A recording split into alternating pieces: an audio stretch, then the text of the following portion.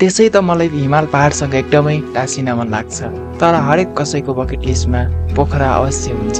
अनि त्यसै त सेमेस्टर ब्रेक थियो अनि हामीले बनायौँ पोखरा जाने plan. Let me take you on a trip to the land of spices where the culture never dip.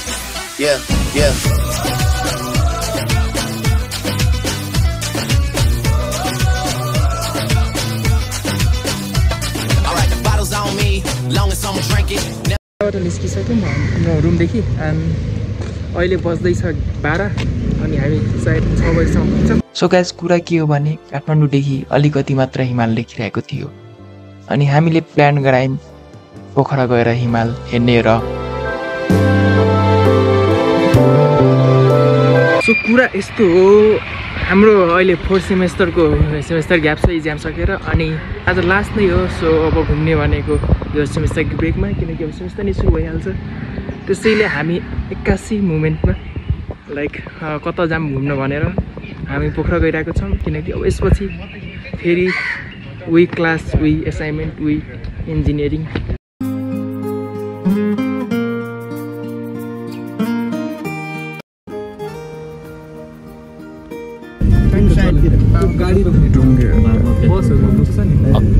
Guys मेरो चाहिँ यो सेकेन्ड टाइम हो, फर्स्ट टाइम चाहिँ मेरो एकदम मेमोरेबल थियो। होइन म क्लास 9 मा पढ्दाखेरि गएको थिएँ अनि द्याट इज द मेमोरी। त्यो मेमोरी मेरो दिमागमा आइरहन्छ। अब त्यहाँ गएपछि मेरो अझै अगाडि के भन्ने त्यो मोमेन्ट भुल्नै सक्दैन त्यो क्लासमा। सो गाइज हामीले चाहिँ कलङ्कीदेखि गाडी चढ्यौँ, कलङ्कीदेखि 600 को गाडी चढ्यौँ। अब चाहिँ यो बात गर्दा पुग्छ, अहिले 12:30 बजेको रहेछ। सो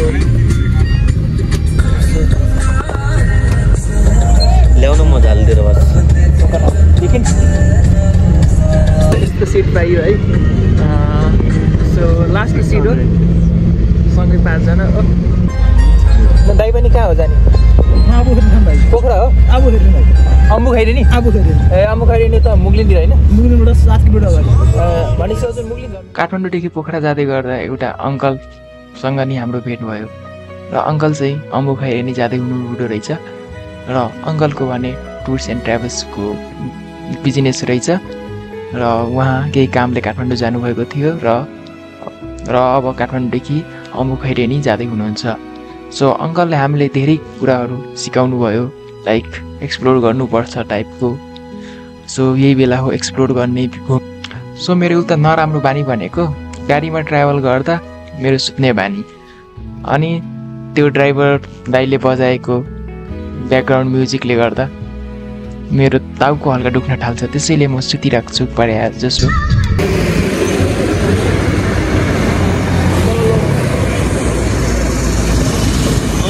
अहिले हामी छौँ चुम्लिङ टार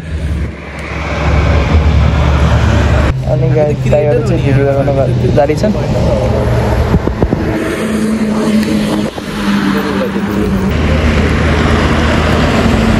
टायरले चाहिँ भिडियो सुट गर्दैछन्।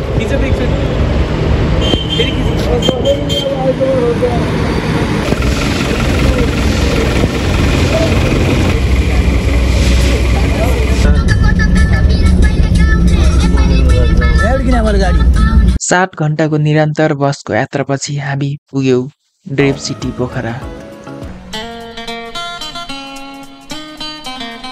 र हामी पोखरा पुग्दा राति भइसकेको थियो र हामीले पहिल्यै होटल बुक गरिसकेका थियौँ, त्यसैले अब हामी होटलतिर लाग्यौँ। अडेर आउँछ होला। विपिन चाहिँ हल्का नराम्रै कन्डिसनमा छन्। दाइ फेरि यहाँ नि बुक गरिदिनुहुन्छ। खै त्यो मान्छे कहाँ छ त? आउँदैन त, त्यही छ त। अब हामी पुगिसक्यौँ, अब होटल जान्छौँ। होटल अलरेडी बुक गरिसक्यौँ, अनि एउटा कलनी आइसकेको छ अनि त्यही हो होटलमा बस्छौँ एकछिन अनि खानासाना खाएर लेक साइड जान्छौँ। सो गाइज हामी चाहिँ पुगिसक्यौँ। सो हाम्रो होटल चाहिँ होटल ब्लुबेरी हो, जुन कि 4 जना छौँ। लेक साइड त एकदम जानै पर्यो।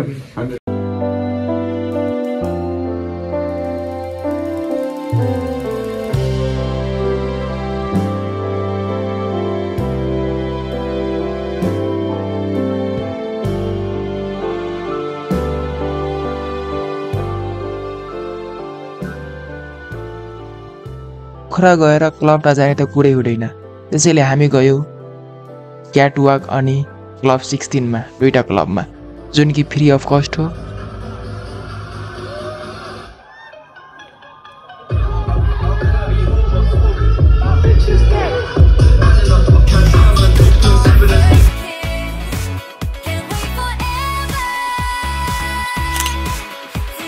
दुई तीन घन्टा नाचिसकेपछि हामी कति बेला रुममा फर्क्यौँ, फर्कै भएन। बिहान उठ्दा उज्यालो भइसकेको थियो।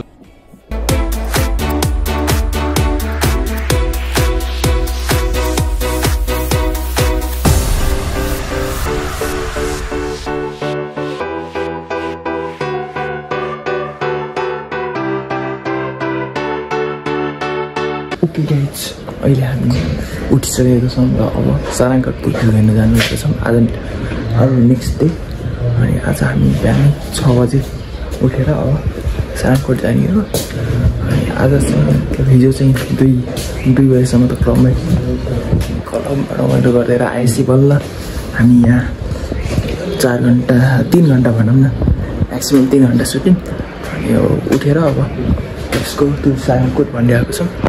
सारङकोट चाहिँ कता कताको डाँडामा छ। अहिले चाहिँ दिन उठिसक्यो। बाहिरतिर जस घाम लागेर माउन्टेन देखिन थालिसकेको छ। Look at that. सारङकोटमा चढ्यो भने अझ राम्रो देखिन्छ। तर अब हेरौँ कसरी जान मिल्छ। Step 2, get a scooter. The best way to explore Pokhara is to by scooter. 800 देखि 1000 मा स्कुटर इजिली हजुरले पाल्नुहुन्छ। अनि हामी गइरहेको छौँ सारङकोट। एकदमै राम्रो हिमाल देखेको थियो बिहान उठेर। लेट्स सी गाइज यहाँबाट माछा पुछ्ने अन्नपूर्ण। ओ लास्ट टाइम हामी यहाँ आउँदाखेरि यस्तो बवाल देखाएको थिएन, तर आज त फर्कै देखिरहेको थियो।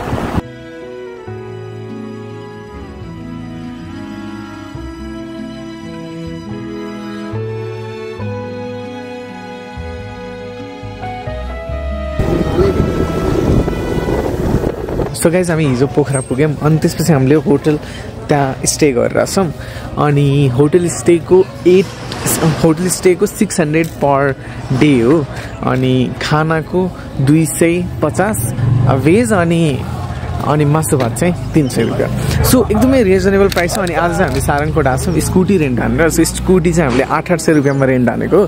अनि 300 को तेल हाल्यौँ। अनि अब चाहिँ हामी सारङकोट गएर यता। सो गाइज यो चाहिँ सारङकोटबाट भ्यू हो। यहाँ मेरो पछाडि जति पनि देखिरहेको छ सबै पोखरा हो। अनि यहाँ चाहिँ खासमा यो मन्दिरहरू छ। अनि त्यो भ्यू टावर हो। अनि गाइज आज यो हिमाल कस्तो बवाल देखेको के, लिटरली म सक्छु। म अस्ति आउने बेला मैले यति पनि हिमाल देख्न पाएको थिएन। अनि हामी स्कुटर रेन्ट गरेर पोखराबाट पुग्यौँ सारङकोट 20 मिनटमा। सारङकोट गइसकेपछि भ्यू टावरमा जानलाई टिकट काट्नु पर्दो रहेछ र हामीले 30 रुपियाँको टिकट काट्यौँ र पुग्यौँ भ्यू टावर सारङकोटको।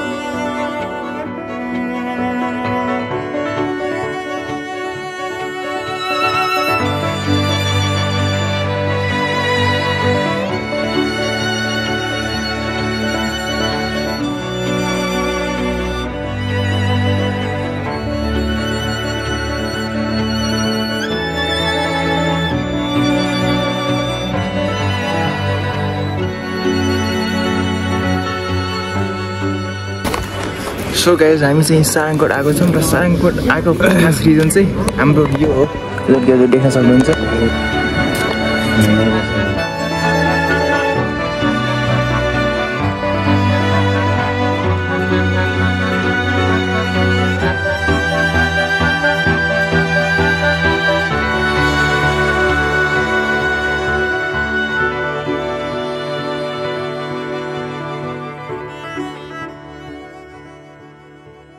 यही बेर सारङकोटमा बसी त्यो पोखरा र हिमालको भ्यू हेरिसकेपछि हामी निस्कियौँ पुम्डीकोटतर्फ शङ्कर भगवानको दर्शन गर्न।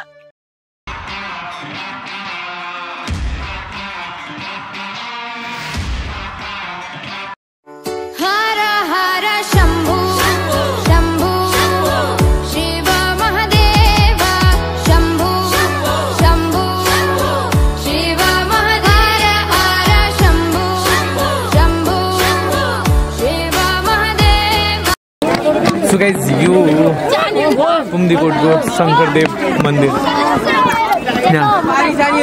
अनि यहाँबाट यता हिमाल भ्यू लाइक सारङकोटभन्दा अलिक टाढाबाट अलिकति सबै एकैचोटि देखिन्छ न। मेरो पछाडि मूर्ति देखिरहेको छ लिटरली।